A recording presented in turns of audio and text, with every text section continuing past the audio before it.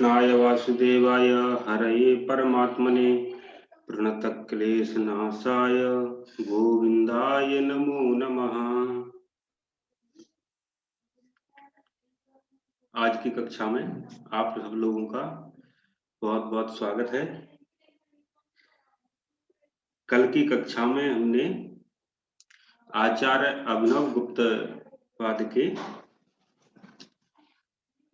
रसाभिव्यक्तिवाद को पढ़ा था। तो रस की किस तरीके से जो हमें निष्पत्ति होती है अर्थात अनुभूति होती है, तो उसको हमने चार मत के द्वारा पढ़ा। तो जो सर्वोत्तम सर्वश्रेष्ठ जो मत है आचार्य अभिनव गुप्त पाद का है, तो उस मत को हम लोगों ने कल पढ़ा है। और जो है उसका जो है सूत्र का जो अर्थ होता है, जो आचार्य भरत मुनि का जो रस सूत्र है, विभावानुभाव व्यभिचारी संयोगात रस निष्पत्ति। तो इसमें जो आचार्य अभिनव गुप्त पाद के मत में जो विभाव, अनुभाव और व्यभिचारी भाव, ये जो हैं मुख्य रूप से तो ये राम के रहते हैं, लेकिन जो नट होता है उनका अभिनय करता है, राम आदि के विभावादियों का अभिनय करता है नट। तो ये फिर नटके हो जाते हैं। और जो दर्शक लोग जब देखते हैं, जब ये काव्य या नाट्य में व्यभिचारी भाव, विभाव आदि, विभाव, अनुभाव, व्यभिचारी भाव, तो जब ये नाट्य में या काव्य में आते हैं, तो काव्य नाट्य में एक इसकी शक्ति रहती है व्यंजना शक्ति, जो अभिधा शक्ति के अतिरिक्त शक्ति है। तो वो शक्ति क्या करती है, जो विभाव आदि हैं और जो दर्शक लोग हैं उनके जो हृदय में जो वासना रूप में जो स्थित रहते हैं रत्यादि भाव, तो उनका वो क्या करती है शक्ति, व्यंजना शक्ति सामान्यीकरण कर देती है। अर्थात जो प्रत्येक जो दर्शक बैठे रहते हैं उनका सामान्यीकरण हो जाता है उन जो नायक के जो विभाव आदि हैं उनके साथ में, तो उनका सामान्यीकरण हो जाता है। सामान्यीकरण से तो संबंध हो जाता है उनका। वही है कि जो भरत मुनि का जो रस सूत्र है, विभाव, अनुभाव और व्यभिचारी भाव, इनका संयोग जब रत्यादि के साथ में होता है, तो जब हमारा जो रत्यादि है, रत्यादि भाव है, उनका संबंध जब नायकगत जो विभाव हैं उनसे हुआ, तो उनसे संबंध होने से रस की निष्पत्ति हो जाती है। वही जो रस क्या है, तो रस तो आपको ये बात बिल्कुल नहीं भूलना है कि रस रत्यादि भाव ही है, रत्यादि भाव ही रस है। और वही जब व्यंजनावृत्ति से हमें अनुभव होते हैं, वही रस बन जाते हैं।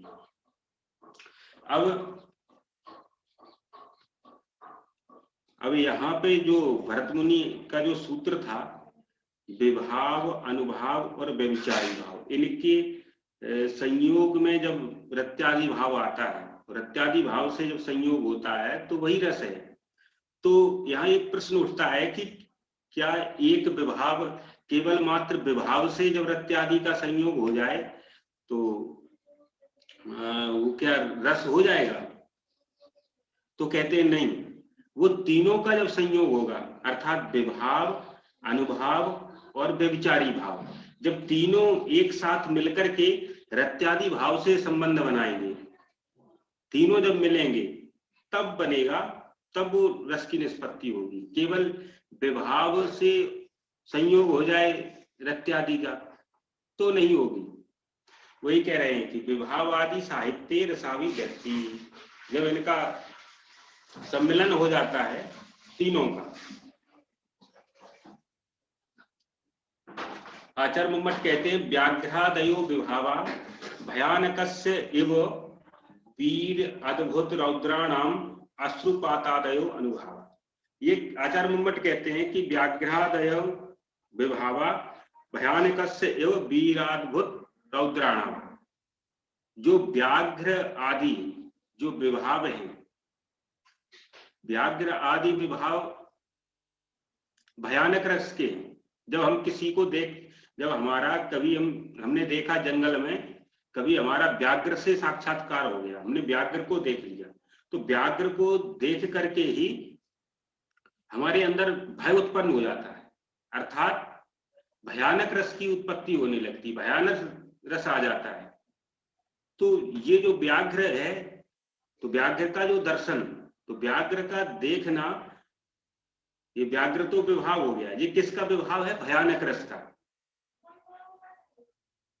तो कहने का तात्पर्य है कि विभाव मात्र को ही देख करके रस की उत्पत्ति हो जाएगी, कि अनुभव का भी उसमें होना जरूरी है, कि व्यभिचारी का भी होना जरूरी है। तो कहने का तात्पर्य है कि मात्र विभाव से रस की उत्पत्ति नहीं होगी। क्यों? तो कहते हैं कि व्याघ्र जैसे भयानक रस का विभाव है, वैसे ही जो व्याघ्र है वो वीर रस का भी विभाव बन सकता है, और अद्भुत रस का भी विभाव बन सकता है, और रौद्र रस का भी विभाव बन सकता है। तो एक विभाव कई रसों का विभाव बन सकता है। एक जो व्याघ्र है, व्याघ्र भयानक रस का भी विभाव होता है, वीर रस का भी बन सकता है, अद्भुत का भी बन सकता है, रौद्र का भी बन सकता है। वीर का ऐसे बन सकता है कि कोई जैसे देखेगा, व्याघ्र को देखेगा, तो व्याघ्र को देख करके कोई अगर उसके अंदर सूरता वीरता है, तो व्याघ्र को देख करके उसके अंदर जो सूरत्व है वो जागृत हो जाएगा, और वो तुरंत उस पर आक्रमण करेगा, हमला करेगा। तो उसके अंदर जो वीर रस की उत्पत्ति हो जाएगी, और अद्भुत का भी है। व्याघ्र को कोई देख ले अचानक से, तो एकदम वो घबरा जाएगा। तो ऐसे ही आगे भी है अश्रुपात। जैसे जो अश्रुपात होता है अनुभव, तो जो अनुभव अश्रुपात जो अनुभव है, तो ये अनुभव अश्रुपात श्रृंगार में होता है। जैसे श्रृंगार दो प्रकार का होता है, संयोग और विप्रलंब। तो संयोग में तो अश्रुपात नहीं होता है, लेकिन जब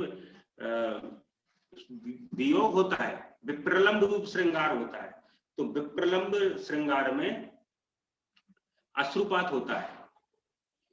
तो वहां रोना धोना इत्यादि ये सब होता है अश्रुपात। तो जो अश्रुपात वहां उसका श्रृंगार रस का विभाव माना गया है, और वही अश्रुपात जो है अनुभव करुण रस का भी हो जाएगा।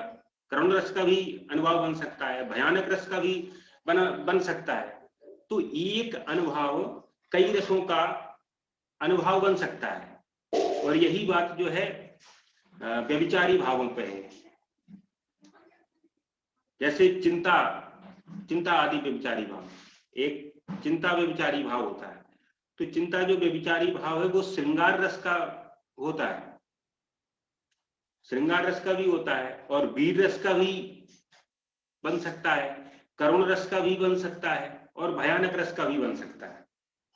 तो इस तरह से कहते हैं कि अगर विभाव मात्र एक के ही संयोग से, अगर विभाव से ही संयोग हो जाए रत्यादि स्थायी भावों का, तो रस की उत्पत्ति हो मान लेंगे। तो ऐसा नहीं, क्योंकि अगर एक नियम भंग हो जाएगा, क्योंकि हम ऐसा नहीं कह सकते कि ये विभाव कौन से रस को उत्पन्न करेगा। तो एक विभाव कई रसों को उत्पन्न कर सकता है, तो इसलिए उसमें फिर व्यभिचार हो जाएगा। एक विभाव से कई रस उत्पन्न होने लगेंगे, तो अनेक नाना रस की उत्पत्ति होने लगेगी, तो एक नियम नहीं बन पाएगा। तो इसलिए जब वो तीनों जुड़ते हैं तब एक रस की उत्पत्ति होती है, तब एक रस उत्पन्न होता है। इसको मैंने स्लाइड के द्वारा आगे अभी दिखाते हैं, इसको तैयार किया है कि जैसे श्रृंगार रस है, हास्य, करुण, रौद्र, वीर, भयानक, बीभत्स, अद्भुत और शांत। ये हमारे 9 रस हैं और इनकी जो विभाव हैं, ये इन रसों के विभाव हैं, ये अनुभाव हैं, ये व्यभिचारी भाव। तो जैसे हम रौद्र रस को देखते हैं, तो रौद्र रस का जो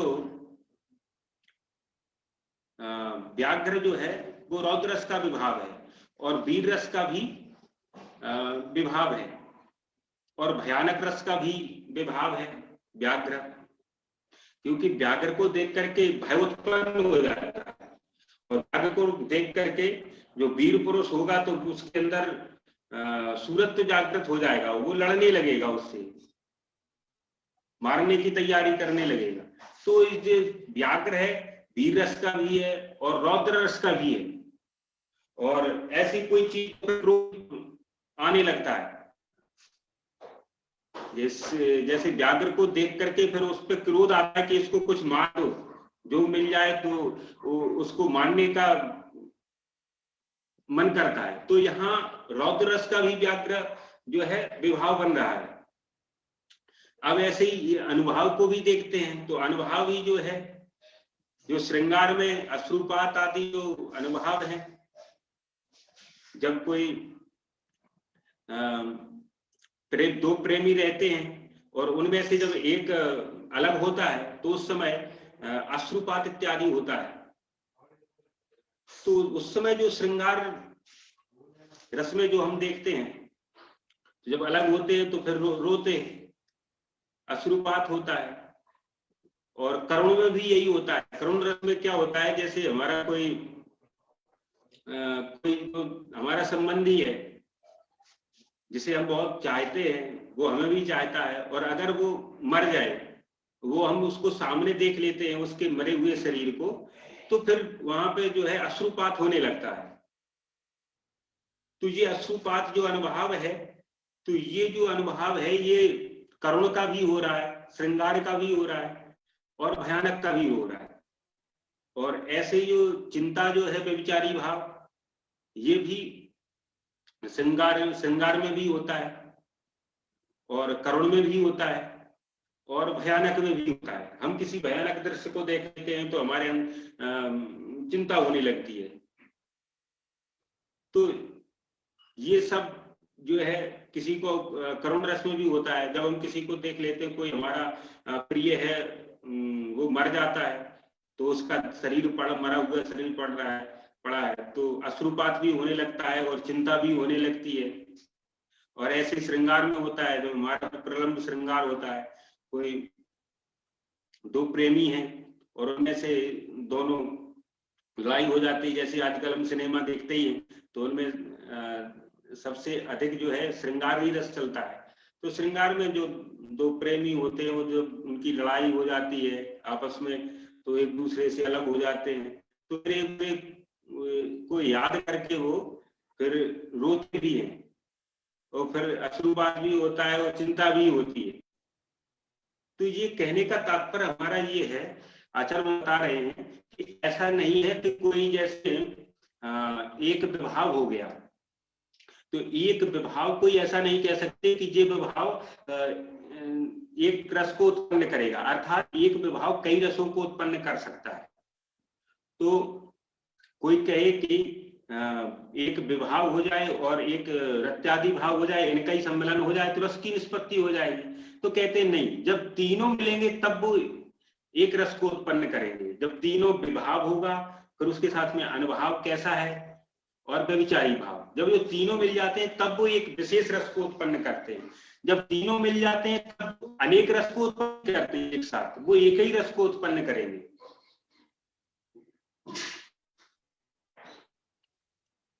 तो मुझे लगता है कि आप लोगों को समझ में आ गया होगा।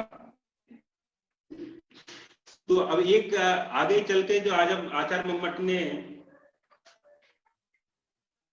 बताया, आचार्य मम्मट ने बताया कि ये तीनों सामूहिक रूप में जब मिलते हैं रत्यादि से, तब ये रस को उत्पन्न करते हैं। अगर एक मिलेगा रत्यादि को, अगर विभाव और रत्यादि का संयोग हो जाएगा तो रस उत्पन्न नहीं होगा, अनुभाव और रत्यादि का संयोग हो जाएगा तो रस की उत्पत्ति नहीं होगी, या व्यभिचारी केवल व्यभिचारी और रत्यादि भाव का संयोग हो जाएगा तो भी रस की उत्पत्ति नहीं होगी। तो अभी तो आचार्य मम्मट ने ऐसा बता दिया। अब आगे चल करके जो वादी है, पूर्व पक्ष है, वो ऐसे कोई काव्य को ढूंढ लाता है जहां केवल व्यभिचारी ही व्यभिचारी हो, या व्यभिचारी भाव मिल जाए, अनुभाव मिल जाए, या विभाव ही मिल जाए, ऐसे पद्यों को लाता है। और अब आचार्य मम्मट से फिर प्रश्न करता है कि ये यहाँ पे आप कह रहे हैं कि केवल अनुभाव और इत्यादि भाव मिलकर के रस की उत्पत्ति नहीं कर सकते हैं। और जब वो एक पद को ले आया, एक पद जो आचार्य मम्मट ने उदाहरण के रूप में प्रस्तुत किया है कि यहाँ पृथक पृथक रूप से इस पद में, पूरे पद में विभाव का ही वर्णन है, कहीं अनुभाव और व्यभिचारी का वर्णन नहीं है। तो यहाँ रस की निष्पत्ति होती है, अर्थात जो आचार्य मम्मट ने बताया वो उनका, तो इसलिए आचार्य मम्मट यहाँ समाधान दे रहे हैं उसको। आचार्य मम्मट यहाँ कह रहे हैं, इसको पहले हम समझते हैं। ये जो है, ये जो हमारे सामने जो पद्य है, इसमें विभाव का ही वर्णन है। बियदली मलिनाम्बु गर्भ मेघम मधुकर कोकिल पूजितैर दिशाम श्रीहि धरणी रभिनवांकुरांक टंका प्रणति परे दैते प्रसीद मुग्धे।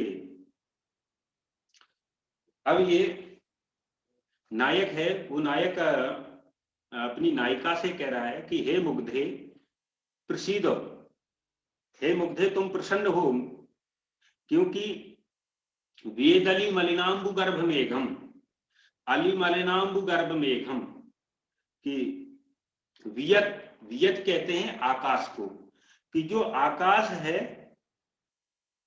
वो भौरे के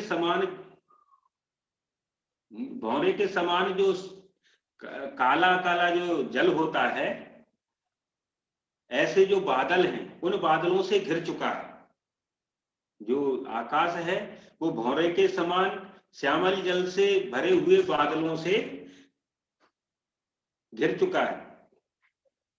मधुकर कोकिल पूजितैर दिशाम श्री, और जो दिशाओं की जो शोभा है, दिशाओं की जो शोभा है वो मधुकरों की कूज से, अर्थात मधुकरों की भौरों की गुंजार से और कोयलों की गुंजार से, वो दिशाओं की जो शोभा है, वो दिशाओं की जो शोभा है भौरों की गुंजार से और कोयलों की गुंजार से शोभायमान हो रही है, अर्थात दिशाओं की शोभा बढ़ रही है। धरणी रभिनवांकुरांक टंका, और जो धरणी है, जो पृथ्वी है, वो पृथ्वी अभिनवांकुर, जो नए नए अंकुर हैं, नए अंकुर रूपी टांकियों के, नए अंकुर रूपी टांकियों को वो अपनी गोद में, अंक में धारण किए हुए हैं। इसलिए हे मुग्धे प्रणति परे दैते प्रसीदो, दैत कहते हैं प्रेमी को, सखा को भी कहते हैं। तो मैं तुम्हारा प्रेमी हूं, हे मुग्धे तुम मेरे ऊपर प्रसन्न हो, प्रणति परे, मैं बिल्कुल तुम्हारे सामने नम्र भाव से ये सब कह रहा हूं, कितना नम्र हूं मैं, इसलिए अपने इस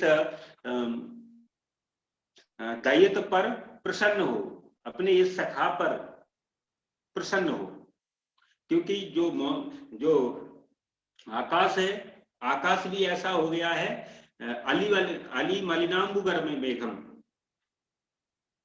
जो भौरे के समान जो जल है, वो जो मेघ है वो मलिन, जो भौरा होता है तो भौरा काला होता है, और जो मेघ होते हैं जब उनमें जल भर जाता है तो वो भी काले होते हैं। तो वो जो मेघ है वो भौरे के समान है, और ऐसे भौरे के समान मेघों से जो आकाश है वो घिर चुका है, और जो दिशाएं हैं वो मधुकरों की, अर्थात भौरों की कूज से और कोयलों की कूज से दिशाओं की शोभा बढ़ रही है, अर्थात वो शोभायमान हो रही है। और जो पृथ्वी है वो नए अंकुर रूपी टांकियों को गोद में लिए हुए है। इसलिए हे मुग्धे, तुम मेरे ऊपर प्रसन्न हो, देखो मैं तुम्हारे आगे झुका हुआ हूं। तो इसमें जो है कि जो वर्णन, जिसका भी वर्णन, इसमें वर्णन जो है, इसमें जब नायक और नायिका दोनों का वर्णन है, तो दोनों जब नायक नायिका है तो आलंबन विवाह, आलंबन का वर्णन है। दोनों जब सामने हैं तो आलंबन हो गया, आलंबन विवाह हो गया। और उद्दीपन विवाह जो है आकाश, जो आकाश का वर्णन है कि आकाश कैसा हो गया, कि आकाश काले काले जो बादल हैं, जो भौरों के समान काले काले बादल हैं, उनसे घिर चुका है। अर्थात जो है मेघों ने आकाश को घेर लिया है, बरसात का मौसम है। और जो है कि वहां पे चंद्रिका इत्यादि जो थे उद्दीपन विभाव थे। तो जब ऐसा मौसम होता है तो वो भी श्रृंगार को उत्तेजित करते हैं।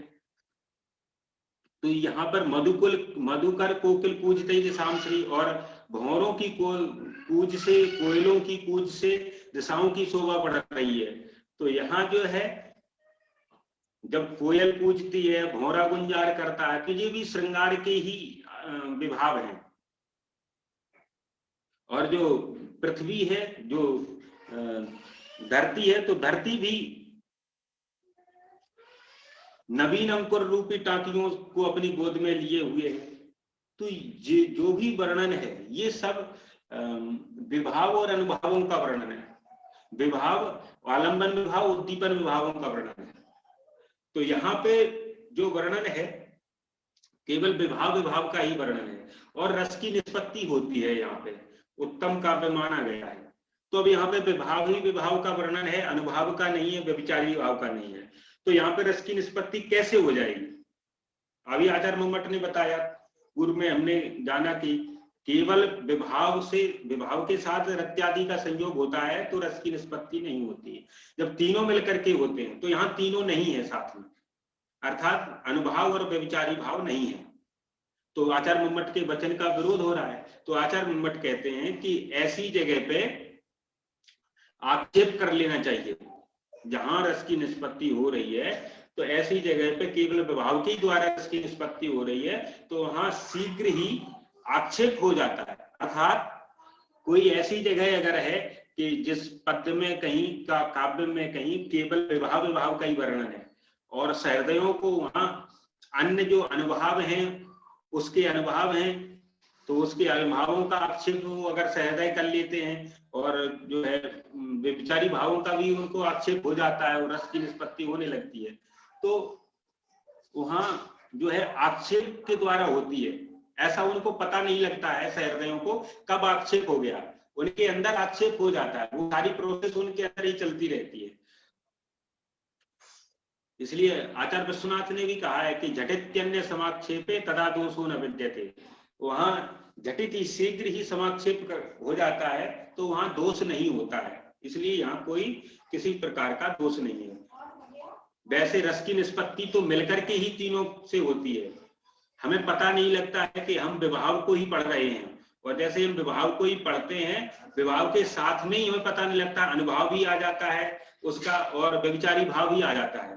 ऐसा जो कवि है ऐसी तरह की लेखनी चलाता है कि उसकी लेखनी का ही कमाल रहता है। जो रस की निष्पत्ति होती है वो तीनों से ही होती है, एक से नहीं होती। लगता है हमें कि एक से हो रही है। और अब जो है अनुभावों का ही वर्णन है, मात्र अनुभवों का ही वर्णन है, और अनुभवों में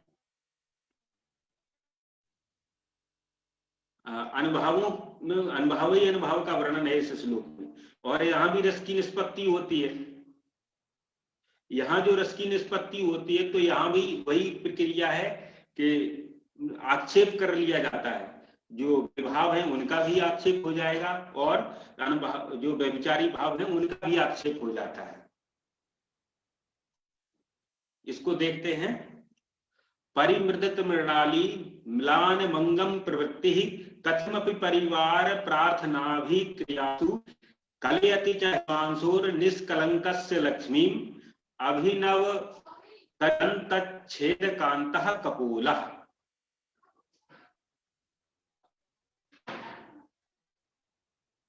तो ये जो पद्य है, ये पद्य मालती माधव नाम का एक जो काव्य है उसका पद्य है। तो आचार्य मंमट उसको अपने काव्य में उदाहरण के रूप में प्रस्तुत करते हैं। तो जो मालती और माधव दो जो काव्य के नायक और नायिका हैं, तो जो माधव है, तो माधव का एक उसमें मित्र रहता है मकरंद। तो उस मकरंद को वो मालती का वर्णन कर रहा है। तो ये उसकी उक्ति है। तो वो कह रहा है अपने मित्र मकरंद से, कह रहा है माधव कि जो मालती है, इस मालती के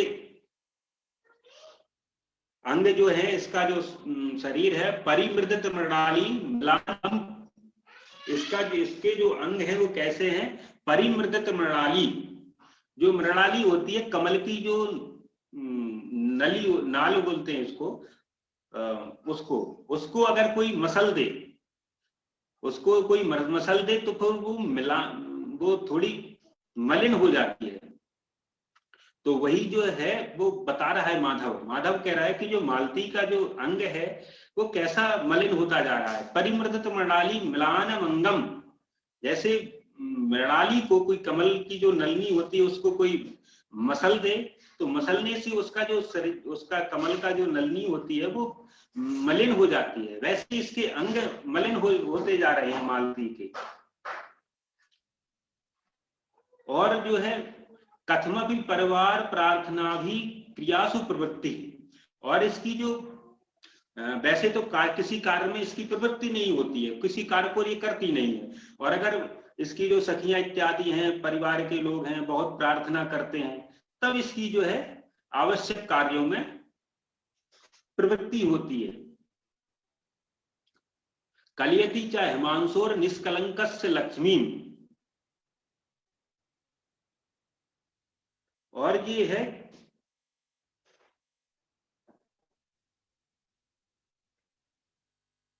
अभिनव करिदंत छेद कांता कपोला, और जो निष्कलंक जो चंद्रमा है, निष्कलंक हिमांशु कहते हैं चंद्रमा को,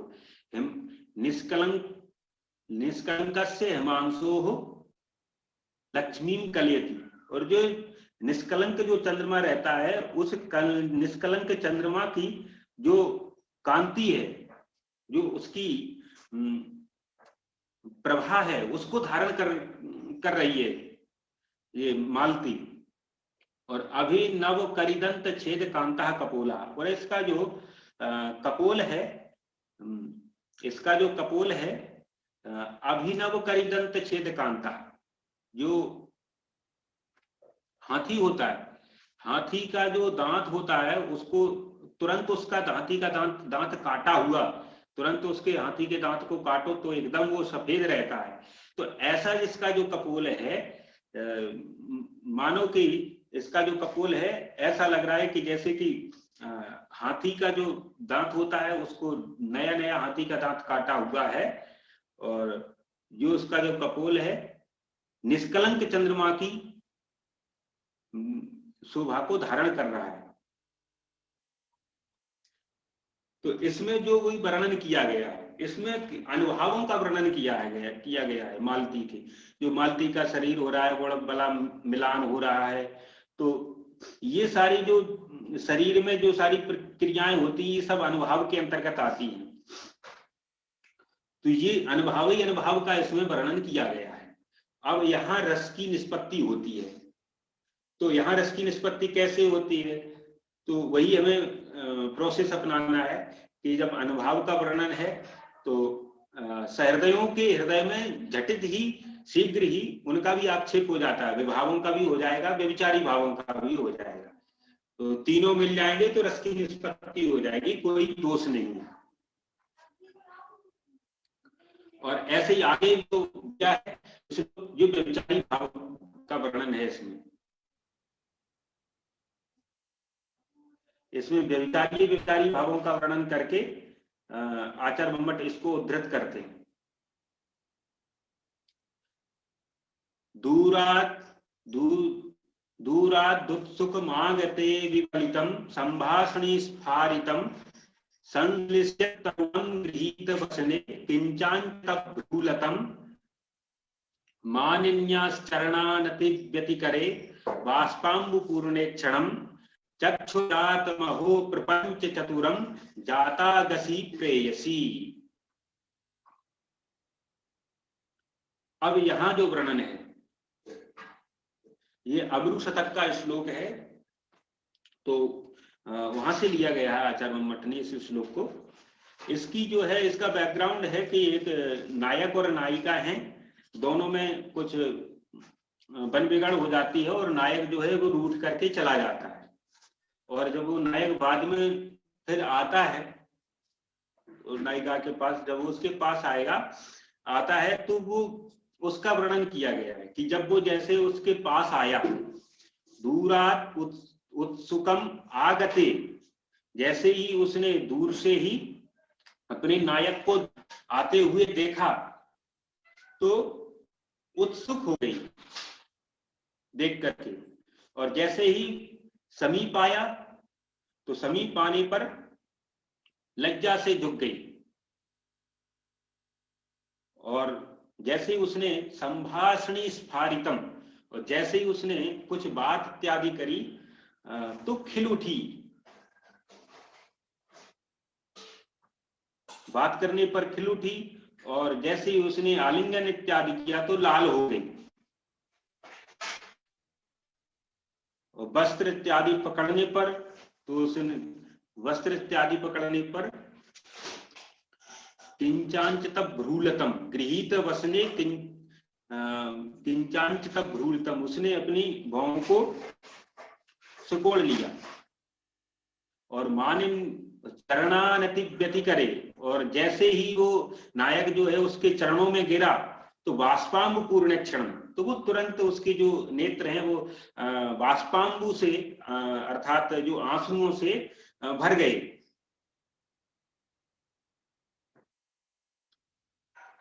इस प्रकार जो है जो माननीय है वो अपने प्रीतम के अपराध करने पर प्रपंच रचना में चतुर हो गई। चक्षुर जात महो प्रपंच चतुरम जाता गसी प्रेयसी, तो वो प्रपंच रचना में चतुर हो गई। यहाँ पर जो भी वर्णन किया गया है, यहाँ पर जैसे वो नायक उसका दूर से आया, आते हुए नायक को देख करके एकदम उत्सुक हो गई, अर्थात उत्सुकता आ गई, तो ये उत्सुकता जो है व्यभिचारी भाव के अंतर्गत आता है। और जब कुछ उसने समीप आया तो लज्जा हो गई, लज्जा भी व्यभिचारी भाव है, और जैसे उसने बात करी तो एक खिल उठी, आलिंगन किया, वस्त्र पकड़ा तो भौं से पोड़ ली, तो ये जो सारी जो है इसमें व्यभिचारी भावों का ही वर्णन है। तो व्यभिचारी भावों से ही रस की निष्पत्ति यहाँ बताई गई है। तो यहाँ भी आचार्य मम्मट का कहने का तात्पर्य है कि यहाँ भी शीघ्र ही उनका विभावों का अनुभावों का आक्षेप हो जाएगा, और सहृदय जो है सहृदय को शीघ्र ही आक्षेप हो जाता है। उनके अंदर की प्रोसेस है वो सहृदय को पता ही नहीं लगता है कब आक्षेप हो गया और रस की निष्पत्ति होने लगती है। तो आचार्य मम्मट कहते हैं यद्यपि विभावानाम अनुभावानाम औत्सुक्य व्रीडा हर्ष कोप असूया प्रसादानाम च व्यभिचारिणाम केवलानाम अत्र स्थिति। तो यहाँ जो ये पद्य का उदाहरण दिया है, तो यहाँ पे जो इस पद्य में औत्सुक्य व्रीडा हर्ष असूया और प्रसाद, ये सब व्यभिचारी भाव है, इनका ही वर्णन है, तो इनकी स्थिति है यहाँ पे। लेकिन तथापि एतेषां साधारणत्वम् इति अन्यतम आक्षेपकत्वे सति न अनैकांतिकत्वम्। आचार्य मम्मट कहते हैं कि फिर भी तेषां साधारणत्वम् इति अन्यथा आक्षेप करते सति, और जो अन्य दो बचे हुए हैं विभाव और अनुभाव, उनका आक्षेप हो जाने से यहाँ कोई दोष नहीं है, ना अनैकांतिकत्वम, यहाँ कोई दोष नहीं है, व्यभिचार नहीं है। तो इस तरह से आचार्य मम्मट है, आचार्य मम्मट ने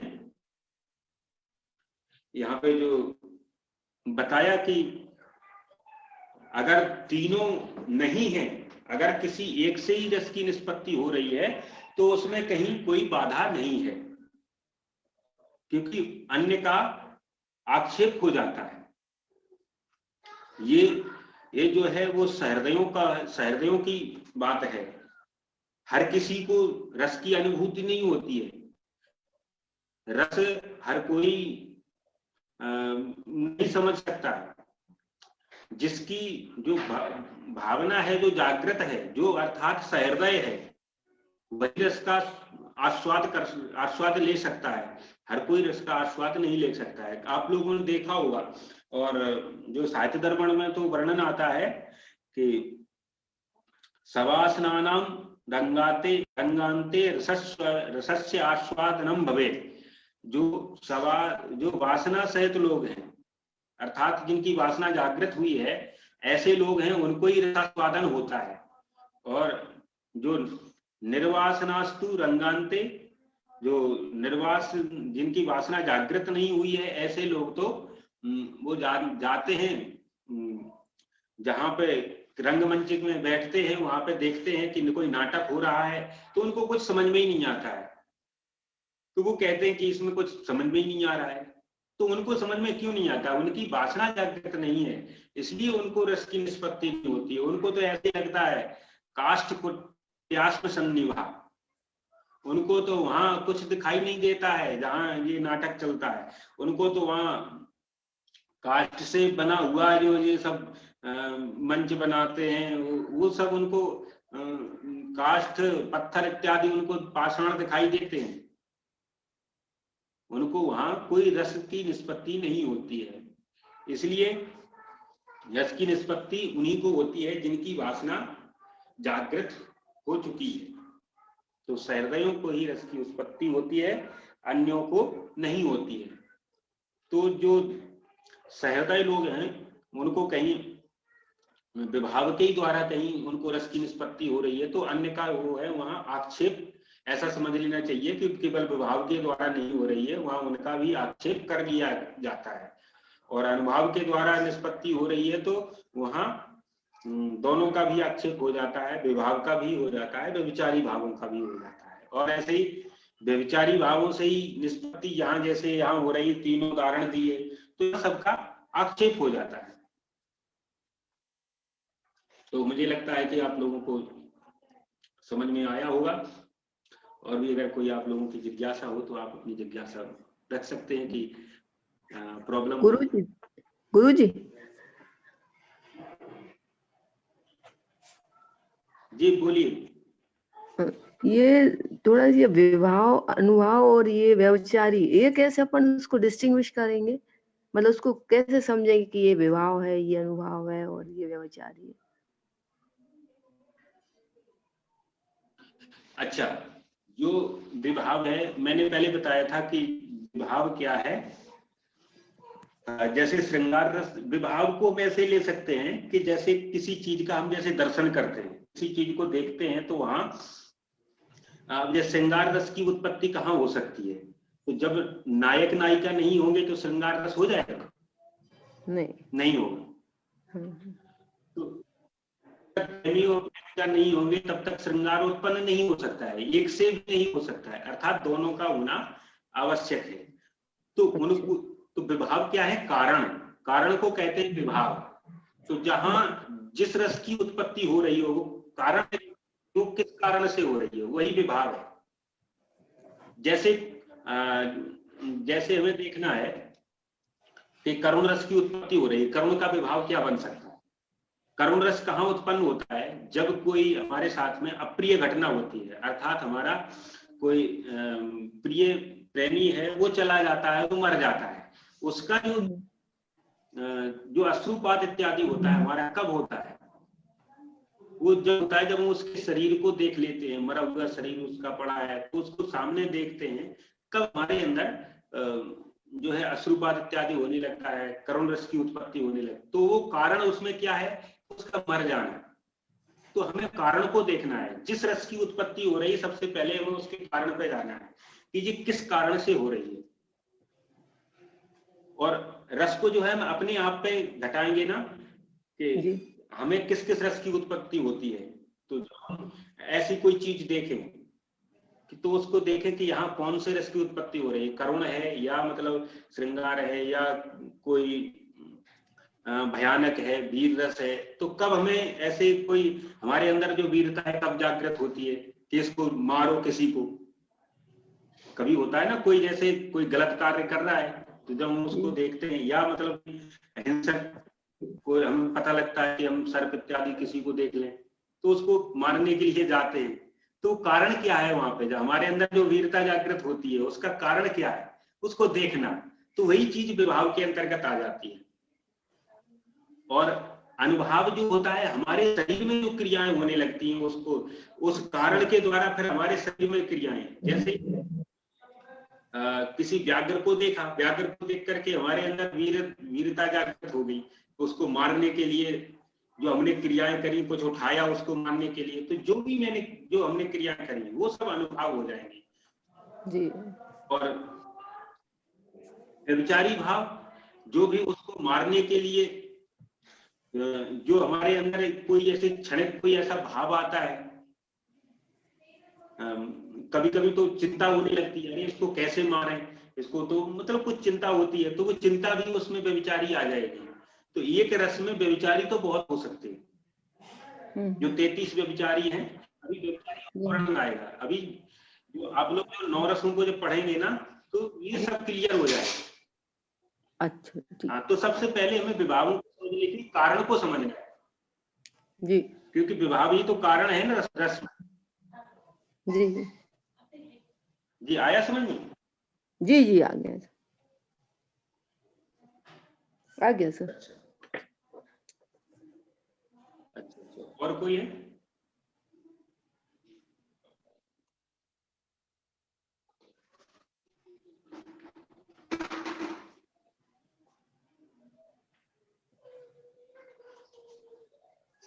चलिए लगता है कोई नहीं है। चलिए तो कक्षा को आज यहीं समाप्ति की ओर, कल वो आगे की मिलेंगे।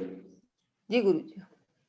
ओम सर्वे सुखिनः सर्वे सन्तु निरामयः सर्वे भद्राणि पश्यन्तु मा कश्चित् दुःखभाग् भवेत्।